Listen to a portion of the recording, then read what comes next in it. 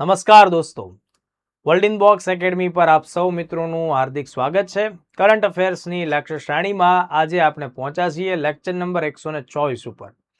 આજના લેક્ચરમાં આઈએમપી 4 મુદ્દાઓ પર ચર્ચા કરવી છે, જેમાં ખાસ એક અગત્યની જે આવનારી પરીક્ષામાં અચૂકપણે પૂછી શકાય એવી એક ખૂબ મહત્વની તાજેતરમાં લોન્ચ થયેલી સરકારી યોજના પણ છે, જે ગુજરાત સરકાર સાથે કનેક્ટ છે. આપણે એને પણ ડિટેલમાં સમજશું.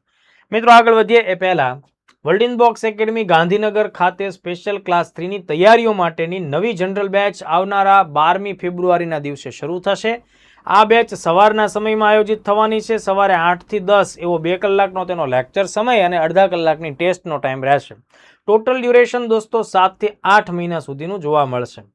મિત્રો, જ્યારે તમે તૈયારીમાં સદંતર નવા છો ત્યારે તમારા માટે હિતાવહ બાબત એ છે કે તમે બધી જ રીતે પાયાથી શરૂઆત કરીને આગળ વધો, અને એના માટે તમારા માટે વર્લ્ડ ઇન બોક્સની જનરલ બેચ એ સૌથી શ્રેષ્ઠ ઓપ્શન છે. મિત્રો, અહીંયા તમને ખૂબ ડિટેલ અભ્યાસ કરાવવામાં આવશે અને તમારી પરીક્ષાઓ માટેની તમામ જરૂરિયાતોને સંતોષવામાં આવશે. પુસ્તક, મટીરિયલ, સાહિત્ય, ડિજિટલ મોબાઈલ એપ્લિકેશનથી લઈને દરેક સુવિધા મળવાપાત્ર થશે.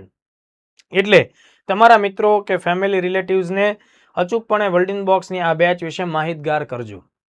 ઉપરાંત જે મિત્રોને આવનારા સમયમાં પોલીસ કોન્સ્ટેબલ, પીએસઆઈ, સીસી આ બધી પરીક્ષાઓ આપવાની છે, એ મિત્રો માટે સૌથી વધુ પ્રેક્ટિસ ખૂબ મહત્વની રહેશે. અને એમાં પણ ખાસ કરીને એવા જૂના મિત્રો કે જેઓ આ વખતની ભરતીમાં કોઈને કોઈ કારણોસર અમુક માર્ક્સ ઓછા આવવાને લીધે કાં તો પીએસઆઈ બનતા અટકી ગયા છે, અથવા તો પોલીસ કોન્સ્ટેબલમાં નામ નથી આવ્યું, અથવા તો પોતાની રેન્કમાં સુધારો વધારો કરવા માંગે છે, તો આ બધા મિત્રો માટે આવનારી 10મી ફેબ્રુઆરીથી 10મી માર્ચ સુધીમાં વર્લ્ડ ઇન બોક્સ એકેડમી 15 જેટલા પેપર્સ લેવા જઈ રહી છે. આ પેપર્સ ઓફલાઈન મોડ ઉપર હશે, ઓનલાઈન પણ અવેલેબલ છે. પણ જો તમે લોકો કોઈ નજીકના શહેરમાં, દાખલા તરીકે ગાંધીનગર છે, ભાવનગર છે, સુરેન્દ્રનગર કે જુનાગઢમાં છો, તો તમે ઓફલાઈન સેન્ટર ઉપર જઈને ટેસ્ટ આપો એવો આગ્રહ રાખો. દર એકાંતર દિવસે ટેસ્ટ લેવાશે. 60 માર્ક્સનું રિઝનિંગ, 30 માર્ક્સનું ગણિત અને 10 માર્ક્સનું કરંટ અફેર્સ છે અત્યારની ટેસ્ટોમાં આપણે સામેલ કરીએ. આ ટેસ્ટોના અંતે જે ફૂલ મોક ટેસ્ટ આવશે તેમાં ગુજરાતી, અંગ્રેજીનો સમાવેશ પણ કરવામાં આવશે. તો આ કાર્યક્રમની પણ ડિટેલ છે એ તમે મેળવી લેજો, પીડીએફમાં એના નંબર વગેરે આપેલા છે. ચાલો, હવે આપણે ગુજરાત સરકારની તાજેતરમાં 30મી જાન્યુઆરી 2025 એટલે કે મહાત્મા ગાંધીજીનો નિર્વાણ દિવસ, જેને આપણે અગાઉ ભણી ચૂક્યા છીએ, શહીદ દિવસ પણ કહેવાય છે. આ દિવસે ગુજરાતના મુખ્યમંત્રી માનનીય શ્રી ભૂપેન્દ્રભાઈ પટેલે એક મહત્વની યોજના લોન્ચ કરી છે દોસ્તો. આ યોજનાનું નામ છે મુખ્યમંત્રી ગ્રામ ઉત્થાન યોજના. બરાબર, મુખ્યમંત્રી ગ્રામ ઉત્થાન યોજના. હવે જુઓ દોસ્તો, અહીંયા ગ્રામ અને ઉત્થાન બે શબ્દ છે, એટલે ગ્રામોત્થાન એ રીતે જોડણી થશે. આ ગ્રામ ઉત્થાનનો મતલબ એમ થાય છે કે ગ્રામીણ ક્ષેત્રે ખાસ જરૂરી વિકાસાત્મક પગલાઓ લેવા અને ગ્રામીણ ક્ષેત્રની જે રિસ્પોન્સિબિલિટી છે એ સારી રીતે હેન્ડલ થાય, એટલે પંચાયતની સેવાઓમાં પણ વિસ્તાર કરવો, ઇન્ફ્રાસ્ટ્રક્ચરમાં સુધારા વધારા કરવા, એટલે જે રીતની ફેસિલિટી, સુવિધાઓ, સંસાધનો શહેરોમાં અવેલેબલ હોય એવા જ સંસાધનો અને સુવિધાઓ ગ્રામીણ વિસ્તારોમાં પણ અવેલેબલ હોવા જોઈએ, જેનાથી ગામડામાં રહેતા લોકો માટે પણ સારી સુવિધાઓ ઉપલબ્ધ બને, જેનાથી શિક્ષણ, સ્વાસ્થ્ય, રોજગારીની તકો પણ ખુલશે. એટલે આ બધી બાબતોને ધ્યાનમાં રાખીને સીએમ સાહેબે આ યોજના લોન્ચ કરી છે. એટલે બેઝિક બધી બાબતોને વન બાય વન સમજવાની છે. મેઇન્સમાં આ સવાલ 10 માર્ક્સમાં આવી શકે. કારણ કે દોસ્તો તમે સમજજો, કારણ કે આ વિકાસનો મુદ્દો છે. ગ્રામીણ વિકાસની સાથે શહેરી વિકાસનો મુદ્દો પણ જોડાયેલો છે. કહેવાય છે દોસ્તો કે સ્માર્ટ ગામડાઓ વગર સ્માર્ટ શહેરો શક્ય નથી. શહેરોમાં ટ્રાફિક એટલે વધશે, શહેરો ઉપર દબાણ એટલે વધશે કારણ કે ગામડાઓનો અસંતુલિત વિકાસ થયેલો હોય અને ત્યાં જીવન જરૂરી બાબતોમાં પણ અસંતુલન હોય, સંસાધનો ઓછા હોય, એટલે લોકો પોતે સારા સંસાધનો મેળવવા માટે ક્યાં આવશે? શહેરોમાં. જેના લીધે શહેરોમાં જળ સંસાધનો, પીવાના પાણીની અછત, રહેવા માટે સારી જગ્યાઓની અછત, બરાબર, રોડ રસ્તા ઉપર ફૂલ ટ્રાફિક અને વાહનો, પ્રદૂષણ, ધુમાડો બધું ખૂબ વધવાનું છે. શહેરોમાં પબ્લિકની આબાદી વધશે તો બની શકે ક્રાઇમના રેટ પણ વધવાના છે. એટલે સારું સુરક્ષિત શહેર ત્યારે જ શક્ય બને જ્યારે તમે સારા ગામડાઓ વિકસિત કરો. આ પ્રકારનું વિઝન ડોક્ટર કલામ સાહેબનું પણ જોવા મળે છે. અને ગાંધીજી તો વર્ષો પહેલા આ વાત આપણને કહેતા હતા કે ભાઈ ભારતનો આત્મા ક્યાં વસે છે? ગામડાઓમાં વસે છે. તો આપણે ભારતના આત્માને થોડોક વધારે સારી રીતે રાખીએ. તો હવે જો ખાસ ધ્યાન રાખો, તમારે પરીક્ષા માટે શું યાદ રાખવાનું છે? પહેલા તો તારીખ. 30મી જાન્યુઆરી 2026ના રોજ આ યોજના લોન્ચ કરવામાં આવી. મહાત્મા ગાંધીજીની નિર્વાણ તિથિ છે, પુણ્યતિથિ છે. યોજનાનું નામ શું છે? મુખ્યમંત્રી ગ્રામોત્થાન યોજના. બરાબર. રાજ્યવ્યાપી આખા રાજ્યમાં આ યોજના ક્રમશઃ લાગુ થશે. હવે સૌથી મહત્વની વાત કે ભાઈ સીએમ સાહેબે આ યોજના કયા સ્થળેથી કયા ગામેથી લોન્ચ કરી? આ સવાલ આવી શકે. આણંદ જિલ્લામાં ભાદરણ નામનું ગામ છે, બરાબર, ત્યાં આ યોજના લોન્ચ કરવામાં આવી. હવે આ યોજના છે એના મુખ્ય ઉદ્દેશો મેં તમને જણાવ્યા એ મુજબ ગ્રામીણ વિસ્તારોમાં શહેરોની જેવી જ આધુનિક સુવિધાઓ પહોંચાડવી, જેથી ગ્રામ અને શહેર એટલે કે અર્બન અને રૂરલ વચ્ચેનો જે બેઝિક ઇન્ફ્રાસ્ટ્રક્ચર અને સુવિધાનો જે ગેપ છે, અંતર છે, તે ઘટે અને એના લીધે સંતુલિત વિકાસ આગળ વધે. પ્રાઇમ મિનિસ્ટર સાહેબનો પણ હંમેશા આ જ પ્રકારનો એપ્રોચ છે, એને જ આ યોજના સાકાર કરવાનો પ્રયત્ન કરે છે. હવે આ યોજનાના જે પહેલો તબક્કો છે, ખાસ ધ્યાન રાખજો, તેમાં 114 તાલુકા મથકો કે જ્યાં નગરપાલિકા નથી બનેલી, 114 તાલુકા મથકો કે જ્યાં નગરપાલિકા નથી, એ નાના કસ્બા, નગર, શહેર, જે નાનું શહેર કહી શકાય અથવા ગામડું પણ તમે એને કહી શકો છો, બરાબર, ત્યાં સારામાં સારી સુવિધાઓ આપવી. દાખલા તરીકે સીસી રોડ, આ બધું મેઇન્સમાં આવશો, ધ્યાન રાખજો, લખવું પડશે કે ભાઈ આ યોજનાનું મહત્વ, કે આ યોજના શું છે, એના પર નોંધ લખવાની આવશે. 5 માર્ક્સ સુધીનો સવાલ પણ આવે, 10 માર્ક્સનો પણ આવે. સીસી રોડ એટલે કે એકદમ પાકા રસ્તાઓ, અંડરગ્રાઉન્ડ ડ્રેનેજ એટલે કે ખુલ્લી ગટરો ન હોવી જોઈએ. પાણીના નિકાસની જે વ્યવસ્થા છે દોસ્તો, નિકાલની વ્યવસ્થા છે, અંડરગ્રાઉન્ડ હોવી જોઈએ. સોલર સ્ટ્રીટ લાઇટ્સ, આ ખાસ મહત્વનો મુદ્દો. સીસીટીવી સર્વેલન્સ, જેનાથી સુરક્ષાના કાર્યો ખૂબ સારી રીતે થશે, બરાબર. સુરક્ષાના કાર્યો સીસીટીવી સર્વેલન્સથી બહુ સારી રીતે ધ્યાન રાખી શકાય. ચોરીના બનાવો ઘટી શકાય. સામાજિક સુરક્ષાના મુદ્દાઓ, પાણી અને સ્વચ્છતાની વ્યવસ્થાઓ પર વિશેષ ભાર મૂકવામાં આવશે. ઈ ગ્રામ સેવાઓ એટલે કે ઓનલાઈન ગ્રામ ક્ષેત્ર, ગ્રામ પંચાયતના જે મોટા ભાગના કાર્યો છે એ સોફ્ટવેરની મદદથી કે મોબાઈલ એપ્લિકેશનની મદદથી નાગરિકો સુવિધાઓનો લાભ મેળવે, એટલે ઈ ગ્રામ સેવાઓ આપવી. શાળાઓમાં સ્માર્ટ ક્લાસ આપવા, ડિજિટલ ટેકનોલોજી, ઇન્ટરનેટ વાળા ક્લાસો આપવા, જેથી શિક્ષણનું સ્તર સુધરી શકે.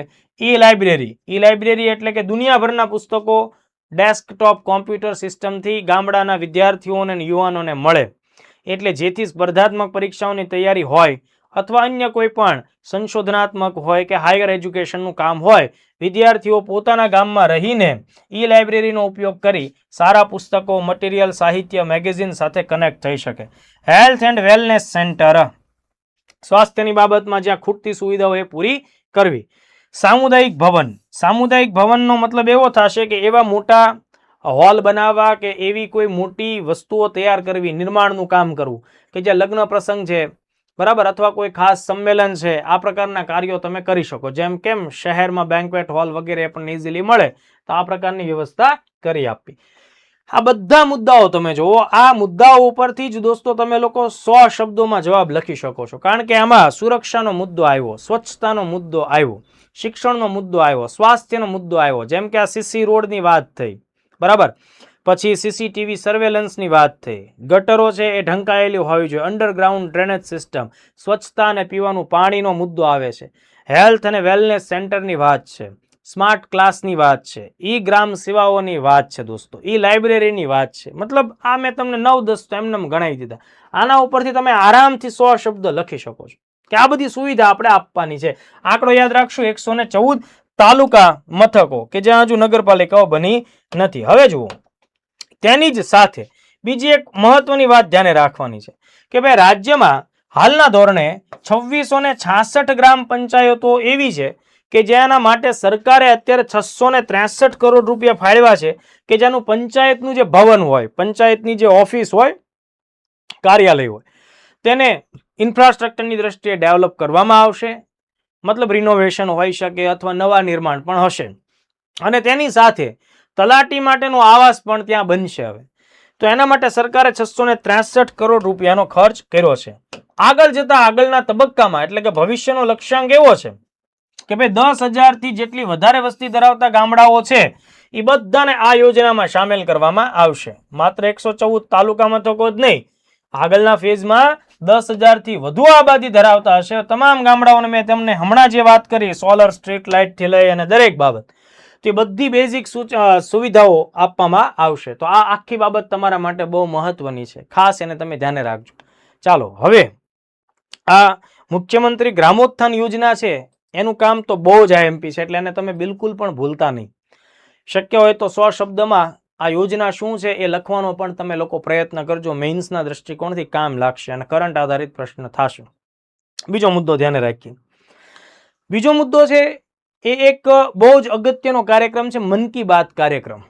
મિત્રો આ કાર્યક્રમ 3 ઓક્ટોબર 2014ના દિવસથી શરૂ કરવામાં આવેલો રાષ્ટ્રવ્યાપી કાર્યક્રમ છે, મન કી બાત કાર્યક્રમ.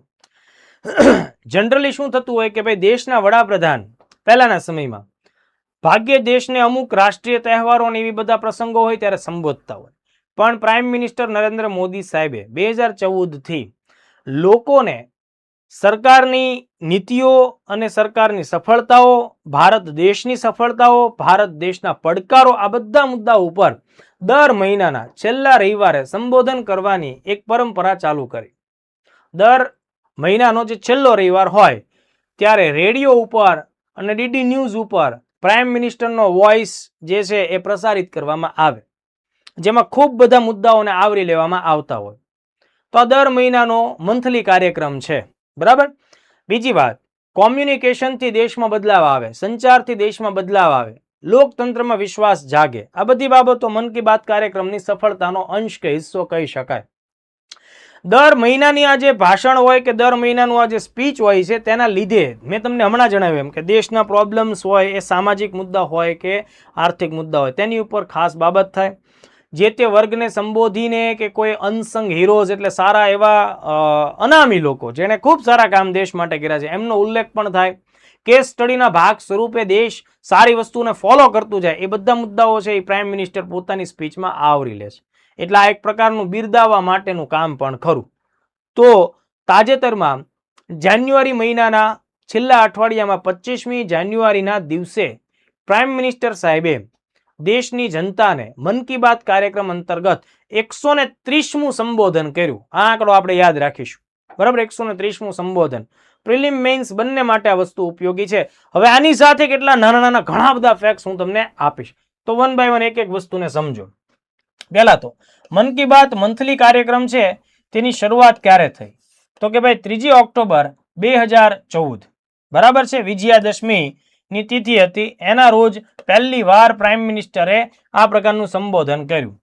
All India radio, DD national અને ડીડી ન્યૂઝ આ પ્લેટફોર્મ ઉપર એ પ્રસારિત થાય છે. તમને એમ થાય કે આવું કરવા કરતું સીધું યુટ્યુબમાં લાઈવ થઈ જવાય, હે ને? યુટ્યુબ ભારતની કંપની નથી, ઓકે. આ બધી ભારતીય પ્રોડક્ટ છે, બરાબર છે. એટલે આ બધી વસ્તુ ઉપર મતલબ આના ઉપરથી જ બાકીની બધી ચેનલને રાઇટ્સ મળે, એ બધા અહીંયા આવીને ખરીદશે આ વોઇસ ડેટા. એટલે એનાથી all India radio, DD national કે ન્યૂઝને આવકમાં વધારો થશે, વધતા જાહેરાતો આને વધારે મળશે, એનાથી પણ એનો ફાયદો થાય. એટલે ખાડે ગયેલું જે તંત્ર એક સમય ગણાતું હતું એ મન કી બાતને લીધે ઉભરે પણ છે, એ પણ હકીકત છે, બરાબર. તો ખાસ તો વડાપ્રધાન આમાં સંબોધન કરે છે, યાદ રાખજો. રાષ્ટ્રપતિ સંબોધન કરતા નથી, મન કી બાતમાં પ્રાઇમ મિનિસ્ટર સાહેબ છે એ સંબોધન કરે છે. આ કાર્યક્રમનું મહત્વ મેઇન્સમાં પૂછાય તો ધ્યાન રાખજો. જન ભાગીદારી. હવે જન ભાગીદારીનો મતલબ શું થાય? તમારે જો કોઈ સારી બાબત પ્રાઇમ મિનિસ્ટર સુધી પહોંચાડવી છે તો તમે માય ગવર્મેન્ટ નામના પ્લેટફોર્મ ઉપર જઈને મન કી બાતના સેગમેન્ટમાં જઈને તમારી વાત લખો કે સાહેબ હું એક આવો વિચાર ધરાવું છું, જો આ વિચાર તમારા માધ્યમથી આખા દેશમાં જો ફરે, દેશમાં પ્રસારિત થાય તો એનાથી આપણા દેશની ઇકોનોમીને, પર્યાવરણને, સમાજને બધાને ફાયદો થાય. એટલે સામાન્ય માણસ પણ લોકતંત્રમાં પોતાનો વિચાર રજૂ કરી શકે છે, એટલા માટે આ પ્લેટફોર્મ અવેલેબલ છે. અનામી નાયકોની ઓળખ થાય. ખૂબ સારા લોકો હોય જે પર્યાવરણનું કામ કરતા હોય, સેવાનું કામ કરતા હોય, બરાબર. એમની જો વાત વડાપ્રધાન સુધી પહોંચે તો એ આખા દેશમાં પ્રસારિત થાય. વડાપ્રધાન પોતાની સ્પીચમાં એ વાતને આવરી લે, બરાબર. દાખલા તરીકે આપણા ગુજરાતમાં ભૂતકાળમાં જગદીશભાઈ ત્રિવેદી, બરાબર, જેમને પદ્મશ્રી પણ મળ્યો, તો જગદીશભાઈ ત્રિવેદી છે એ પોતે જે કાંઈ પણ પોતાના કાર્યક્રમો કરે એમાં જે રૂપિયા આવે છે એ બધા સામાજિક સેવા પાછળ વાપરે છે. તો આ વાત મન કી બાત કાર્યક્રમમાં પણ રજૂ થઈ હતી. પ્રાઇમ મિનિસ્ટરે એમના નામ સાથેનો ઉલ્લેખ કરેલો છે, એટલે બહુ મહત્વની વાત છે, બરાબર. તો આવી બધી બાબત. સમાજ સુધારણા.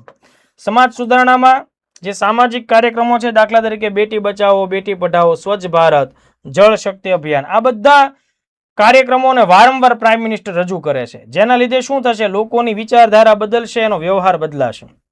સાંસ્કૃતિક ગૌરવ, કોઈ પણ ભારતના એવા વ્યક્તિઓ કે સમૂહો દ્વારા કલા, પરંપરા કે અન્ય કોઈ પણ પ્રકારના ફિલ્ડમાં જો સારી સફળતા પ્રાપ્ત થઈ હોય તો એમના વખાણ પણ પ્રાઇમ મિનિસ્ટર કરે છે.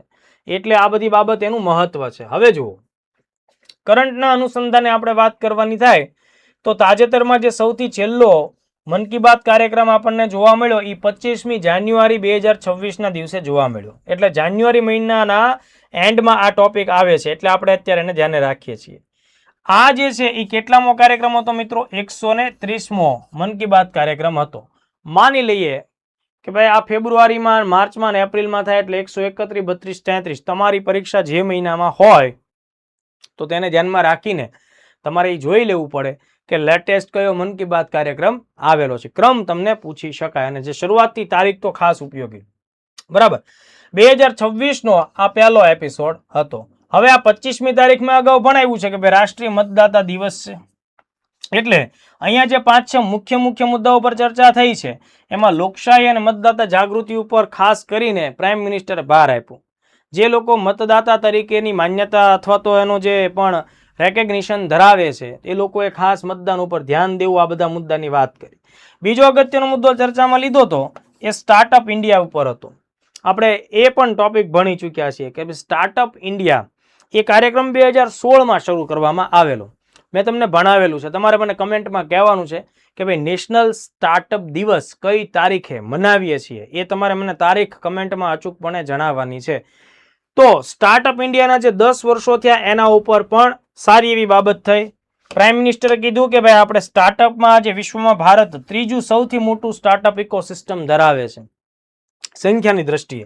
તો આ પણ એક ફેક્ટ છે જે એક્ઝામમાં આવી શકે. ક્વોલિટી મેન્યુફેક્ચરિંગ ઉપર વધારે ધ્યાન દેવા ઉપર પ્રાઇમ મિનિસ્ટર અપીલ કરી. કીધું છે કે ભાઈ આપણા સંસાધનો છે એ ડિફેક્ટ વગરના હોવા જોઈએ, ઝીરો ડિફેક્ટ, ઝીરો ઇફેક્ટ. વડાપ્રધાને 2026ને ક્વોલિટીના વર્ષ તરીકે ઉજવવાનું આહવાન કર્યું છે, અને એવું કીધું છે કે ભારતની દરેક વસ્તુ છે એ એક્સેલન્સ લેવલ ઉપર હોવી જોઈએ. મતલબ દરેક પ્રોડક્શન જે ઇન્ડિયાનું હોય એની ગુણવત્તા 1 નંબર હોવી જોઈએ. સારી કે શ્રેષ્ઠ નહીં, સર્વોત્તમ હોવી જોઈએ, એક્સેલન્ટ લેવલની હોવી જોઈએ. ઉદ્યોગોને ઝીરો ડિફેક્ટ ના કોન્સેપ્ટ ઉપરનો ભારણ દીધું છે. મતલબ જો અહીંયાથી ઉદ્યોગ જગતને પણ પ્રાઇમ મિનિસ્ટર એક ડિરેક્શન આપે છે. ઝીરો ઇફેક્ટનો મતલબ એમ થાય કે એવા સાધનો કે એવી ટેકનોલોજી બનાવો જે પર્યાવરણ ઉપર બહુ જ ઓછી અસર કરે અને ખરાબ અસરો ન કરે. તો આ બધી બાબત થઈ. હવે જુઓ, દર વખતની મન કી બાતનો જે એપિસોડ હોય ને એમાં કોઈ ને કોઈ પ્રકારનો એક કેસ સ્ટડી આપવામાં આવતો હોય. કેસ સ્ટડી એટલે એક એવું ઉદાહરણ, એક એવી સારી બાબત કે જેને ભારતના બાકીના પ્રદેશો, રાજ્યોના લોકો પણ તેમાંથી પ્રેરણા લઈ અને કંઈક નવું શીખી શકે કે અપનાવી શકે. તો ગુજરાતના મહેસાણા જિલ્લાના બેચરાજી તાલુકો જે છે ત્યાં એક ગામ છે ચાંદનકી અથવા ચાંદણકી. આ ગામમાં વૃદ્ધ લોકો માટે કોમ્યુનિટી કિચનનો કોન્સેપ્ટ છે. એટલે કે વડીલોએ, વૃદ્ધ લોકો, કારણ કે એ લોકો પોતે હવે રસોઈ નથી બનાવી શકતા, એમને આંખે દેખાતું પણ ઓછું હોય છે અને દાજી જાય એવા પણ પ્રકારના કેસ બનતા હોય છે. તો એવા લોકોએ જાતે રસોઈ નહીં બનાવવાની, ગામમાં એક કોમ્યુનિટી કિચન છે ત્યાં જ બધા લોકોનું રસોઈ બને અને એ લોકો ભોજન કરે. તો આ કોન્સેપ્ટથી મિત્રો આપણા જે વડીલો છે, વૃદ્ધ લોકો છે, તેની ઘણી બધી કાળજી લઈ શકાય એમ છે. એટલે આ ગામનું નામ યાદ રાખજો, કોમ્યુનિટી કિચન માટે એક મોડલ ગામ તરીકે ધ્યાને આવ્યું છે. વર્તમાન જે જેનજી પેઢી છે જે મોબાઈલથી વધારે અસરમાં છે અને એ લોકો અત્યારે ઘણી બધી નવીનતા પણ આપે છે. તો પ્રાઇમ મિનિસ્ટર કીધું કે ભાઈ ભજન ક્લબિંગનો જે ટ્રેન્ડ છે એ ખૂબ સારો છે. ભજન ક્લબિંગ એટલે કે જે પશ્ચિમના મ્યુઝિક ને એના જે કોન્સેપ્ટની સાથે આપણે અહીંના સ્થાનિક ભાષાના જે ભજનો છે, બરાબર, આપણી જે ભજન ધૂન કે અન્ય કોઈ સ્થાનિક ગીતો છે એને જે મિક્સ કરીએ છીએ તો મ્યુઝિકમાં ઢાળીએ છીએ અને પછી આપણને સાંભળવાની ઓર મજા જ આવે. બરાબર, તો આ ભજન ક્લબિંગના મુદ્દા ઉપર વાત કરીએ. એટલે જે લોકો મેન્સની તૈયારી કરે છે એને આ સાંસ્કૃતિક વારસાનો 10 માર્ક્સનો મુદ્દો થાય છે. ભજન ક્લબિંગના મુદ્દાઓને ધ્યાનમાં રાખવાના. આના એક્ઝામ્પલ્સ પણ તમારે તૈયાર કરવા પડે. જળ સંરક્ષણ, જનભાગીદારી ઉપર કામગીરી વધારવી જોઈએ એવી વાત કરી. યુપીમાં આઝમગઢ છે ત્યાં તમસા નદી ને રિવાઇવલ કરવા માટે લોકોએ ખૂબ મહેનત કરી, એનું ઉદાહરણ આપ્યું. એવી રીતે આંધ્રપ્રદેશના અનંતપુરમાં જળ સ્ત્રોતોના પુનરુત્થાનમાં લોકોએ કેવી કામગીરી કરી એના કેસ સ્ટડી પણ આપવામાં આવેલા છે. તો આઈ થિંક કે આ મન કી બાત વાળો કાર્યક્રમ તમારા લોકો માટે પ્રિલિમ્સના દ્રષ્ટિકોણથી ખૂબ ઉપયોગી છે અને આપણે ખાસ ધ્યાને રાખ્યું. હવે આજના લેક્ચરમાં જે ત્રીજો ટોપિક છે એ છે પિલ્લુ AI મોબાઈલ એપ્લિકેશન. પિલ્લુ AI દોસ્તો આ એક અગત્યની મોબાઈલ એપ્લિકેશન છે. આંધ્રપ્રદેશ સરકારે તાજેતરમાં આ એપ્લિકેશન લોન્ચ કરી છે. ખૂબ નાના વેપારીઓ જે હોય એ લોકો પોતાના એકાઉન્ટિંગ અને બિલિંગ માટે આ મોબાઈલ એપ્લિકેશનનો ઉપયોગ કરી શકશે. બરાબર. વોઇસ ઇનપુટની સુવિધા સારામાં સારી છે, એટલે કે ટાઈપ કરવું લખવું એવું કશું નહીં. તમે જસ્ટ વોઇસ ઇનપુટ આપશો, એનાથી તમારું એકાઉન્ટિંગ એ લખાતું જશે, બિલિંગ પણ તૈયાર થતા જશે. આ કામગીરી કરવાના ફાયદા એવા છે કે ભાઈ જે નાના વ્યવસાય ચલાવતા લોકો હોય, બરાબર, અથવા મધ્યમ વ્યવસાય ચલાવતા લોકો હોય, તેને એકાઉન્ટિંગ અને બિલિંગ માટે ખૂબ ખર્ચાળ પ્રાઇવેટ કંપનીઓએ તૈયાર કરેલા મોંઘા સોફ્ટવેર પરવડે નહીં, એ સ્વાભાવિક છે. તો એ લોકોને સરકાર પોતાનો એક સોફ્ટવેર તૈયાર કરીને આપે છે, પિલ્લુ AI, જે મોબાઈલ એપ્લિકેશન પણ છે, સોફ્ટવેર પણ છે. તો એનો ઉપયોગ કરવાથી નાના વેપારીઓને દોસ્તો અને નાનો વ્યવસાય ચલાવતા રિટેલર્સ લોકો છે ને ખૂબ ફાયદો થશે. અને બીજી વાત, ઘણા આવા રિટેલર્સ લોકો અને નાના વેપારીઓ કે નાના વ્યવસાયો ચલાવતા લોકો એ પોતાનું એકાઉન્ટિંગ લખવામાં કે દરેક બાબતોની નોંધ રાખવામાં કાંઈક ને કાંઈક ઢીલા પડતા હોય, કાંઈક ચૂકાઈ જતું હોય, એના લીધે હિસાબનો મેળ પણ ન રહેતો હોય. પણ જો આ સોફ્ટવેરનો ઉપયોગ કે મોબાઈલ એપનો ઉપયોગ કરશે દોસ્તો, તો તેના લીધે એ લોકોનું એક આખું એકાઉન્ટ સમરી તૈયાર થશે, જેના આધારે ભવિષ્યમાં લોન વગેરે એપ્લિકેશન કરવાની થાય, લોન મૂકવા મતલબ લોન મેળવવા માટે જે કંઈ ડોક્યુમેન્ટની જરૂર પડે ત્યારે એમનું આ એકાઉન્ટ એમને મદદરૂપ થશે. એટલા માટે આ પહેલ યાદ રાખવી પડે. એટલે ખાસ યાદ રાખીએ, આંધ્રપ્રદેશ સરકારે નાના વ્યવસાય અને ઉદ્યોગો માટે એક નવી ડિજિટલ સંસાધન એટલે ટૂલ રજૂ કર્યું છે. ક્યારે? 2 ફેબ્રુઆરી 2026. 2 ફેબ્રુઆરીને કયા દિવસ તરીકે મનાવીએ છીએ કમેન્ટમાં તમારે મને જણાવવાનું છે. કોણ રજૂ કરે છે? આ ભાઈબંધ, જેનું નામ છે એન ચંદ્રબાબુ નાયડુ. કોણ છે? CM. શું લોન્ચ કર્યું છે? પિલ્લુ AI. બરાબર. આ અવાજ આધારિત એટલે કે વોઇસ બેઝડ બિલિંગ અને એકાઉન્ટ માટેની એપ્લિકેશન છે. આ એપ્લિકેશન વપરાશકર્તાઓને કોઈ પણ પ્રકારના વિશેષ એકાઉન્ટિંગ જ્ઞાન વગર માત્ર પોતાની માતૃભાષામાં બોલીને બિલ એટલે કે ઇનવોઇસ, ટ્રાન્ઝેક્શન્સ અને જે કાંઈ પણ સમરી કે રિપોર્ટ્સ તૈયાર કરવા હશે એ ઇઝીલી કરી આપશે. આનાથી વેપારીઓનું કામ એકદમ સરળ બનશે, પ્રમાણસર ક્ષતિરહિત બનશે અને એનાથી અમને ખૂબ મજા આવશે. બરાબર. આ શા માટે જરૂરી છે? તો કે ભાઈ જે બધા મોંઘા સોફ્ટવેર હોય એ દરેકને ન પરવડતા હોય, તો એનો એક ઓપ્શન્સ તરીકે તમે પિલ્લુ AI નો ઉપયોગ કરી શકો છો. MSME અને સાહસિકોને મદદ કરશે. મેં તમને જણાવ્યું એ રીતે કે એનું એકાઉન્ટ સ્મૂથ હશે તો એ કોઈ પણ જગ્યાએ લોન બોન માટે અપ્લાય કરી શકશે. તો આ ત્રીજો મુદ્દો IMP છે. જેટલી વિગત હું તમને જણાવું છું એટલી જો તમને સમજમાં આવી ગઈ તો તમારી પ્રિલિમ્સનો દરેક સવાલ જે આ ટોપિક રિલેટેડ પૂછાશે તમને આવડી જ જશે. એમ છતાં હું તમને ડેઇલી બેઝિસ ઉપર જ્યારે લેક્ચર્સ આપણો અપલોડ થાય છે તરત જ થોડી જ મિનિટોમાં આપણા ટેલિગ્રામ ચેનલ ઉપર આ લેક્ચર્સની આ બધી ડિટેલની આખી PDF તમને મળવા પાત્ર બને છે. એટલે તમે આરામથી ડાઉનલોડ કરી લેશો. મેં જોયું છે ઘણા બધા મિત્રો છે એ સ્ટેશનરી ઉપર જઈને આ PDF ભેગી કરીને એની પ્રિન્ટ પણ કઢાવતા હોય છે. જે લોકો પ્રિન્ટ કઢાવતા હોય તમારે ખાસ ધ્યાન રાખવાનું, એને એમ કહેવાનું 1/2 પ્રિન્ટ કાઢ, એટલે એક પેજમાં 2 પેજ આવશે, જેથી તમારે કાગળનો કોસ્ટ ઘટશે. દાખલા તરીકે આ 22 પેજની PDF છે આજની, તો એ તમારે 10 થી 11 પેજમાં બધું કમ્પ્લીટ થઈ જશે. એટલે એ પ્રકારની થોડીક તકેદારી રાખજો. ચાલો, આજના લેક્ચરનો આપણે આ ચોથો અને છેલ્લો ટોપિક પણ એક્ઝામ માટે 1000% પૂછાય એવો મોસ્ટ IMP ટોપિક ભણવાનો છે. એનું નામ છે world responsible Nations index. Responsible Nations index. દોસ્તો, દુનિયાભરમાં કયો દેશ કેટલો શક્તિશાળી છે, કયો દેશ કોઈ પણ સામાજિક કે આર્થિક કે રાજકીય ક્ષેત્રમાં કેટલો આગળ છે, એ કેવી રીતે ખબર પડે? તો હંમેશા તુલના કરવાથી જ ખબર પડશે ને. તમે હોશિયાર છો કે નબળા છો એનો આધાર શું? તો કે ભાઈ તુલના. તમે લાઇબ્રેરીમાં બેઠીને ભણતા હો તો કોણ વધારે વાંચે, તુલના કરો તો ખબર પડે ને. નહીતર તમે કેમ કહી શકો કે 10 કલાક વાંચું છું, હું જ સર્વશ્રેષ્ઠ વાંચું. કોઈ 12 કલાક 15 કલાક વાળું હોય અને કોઈક જસ્ટ લાઇબ્રેરીમાં બેગ મૂકીને જતું રહેવા વાળું પણ પ્રાણી હોય. એટલે કહેવાનો મારો મતલબ છે, જ્યારે તમે તુલના કરો ત્યારે તમારો રેન્ક ખબર પડે, ત્યારે તમારી પોતાની સ્થિતિ ખબર પડે, ત્યારે તમારી પ્રગતિનો ખ્યાલ બીજાઓથી જ આવે. એટલે હવે હું તમને જે સમજાવવા માંગુ છું એ ખાસ ધ્યાન રાખો. અત્યાર સુધીનો ટ્રેન્ડ એવો હોય છે વિશ્વમાં કે ભાઈ અમેરિકા અને યુરોપના દેશો પોતાને જે ઠીક લાગે એ ધારાધોરણોને આધારે દુનિયાના કયા દેશે સામાજિક ક્ષેત્રમાં કે આર્થિક ક્ષેત્રમાં કે રાજકીય ક્ષેત્રમાં કેટલી પ્રગતિ કરી છે એનું માપન કરવા માટે એક તરફી રીતે એક ઇન્ડેક્સ કે રિપોર્ટ બનાવતા હોય. પછી એમાં કહેતા હોય કે ભાઈ ભારતનું સ્થાન એટલામું છે અને આફ્રિકાના દેશોનું સ્થાન એટલામું છે અને ચાઇના વગેરેનું સ્થાન એટલામું. ભારતે 2026માં એક નવી પહેલ કરી કે ભાઈ તમે શા માટે આ પ્રકારના ઇન્ડેક્સ બનાવો, હવે અમારો વારો છે, અમારે એક ઇન્ડેક્સ બનાવવો છે. એટલે ભારતની 4 સંસ્થાઓ સાથે મળીને એક ઇન્ડેક્સ બનાવ્યો. એ ઇન્ડેક્સ છે રિસ્પોન્સિબલ નેશન્સ ઇન્ડેક્સ. નામ તમે બરાબર વાંચશો એટલે અહીં શબ્દ છે રિસ્પોન્સિબલ, એટલે કે સામાન્ય રીતેનો મતલબ શું થાય? જવાબદાર દેશ.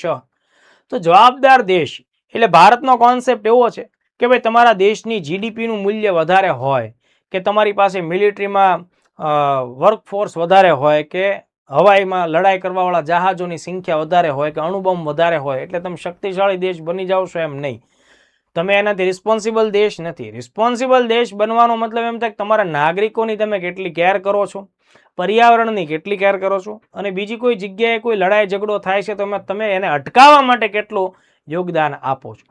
આ બધા પેરામીટર્સ ભેગા કરો ત્યારે કયો દેશ કેટલો જવાબદાર છે દુનિયામાં એ નક્કી થાય. એટલા માટે રિસ્પોન્સિબલ નેશન્સ ઇન્ડેક્સ ભારતે પહેલી વાર હમણાં જાન્યુઆરી 2026માં લોન્ચ કર્યો છે. અને એમાં ભારતનું સ્થાન છે એ ટોટલ 154 દેશો પૈકી 16મા સ્થાન ઉપર છે. એવું નહીં કે ભાઈ ભારતે પોતે બનાવ્યો છે તો ભારત જ પોતાને પહેલો નંબર આપી દે. આ રીતની આપણે કોઈ પ્રકારની બાબત નથી. આના માટે world bank, United nation, IMF જેવી અગત્યની સંસ્થાઓ જે ધારાધોરણો નક્કી કર્યા છે ને એ જ સ્ટાન્ડર્ડ્સના આપણે ઉપયોગમાં લીધા છે.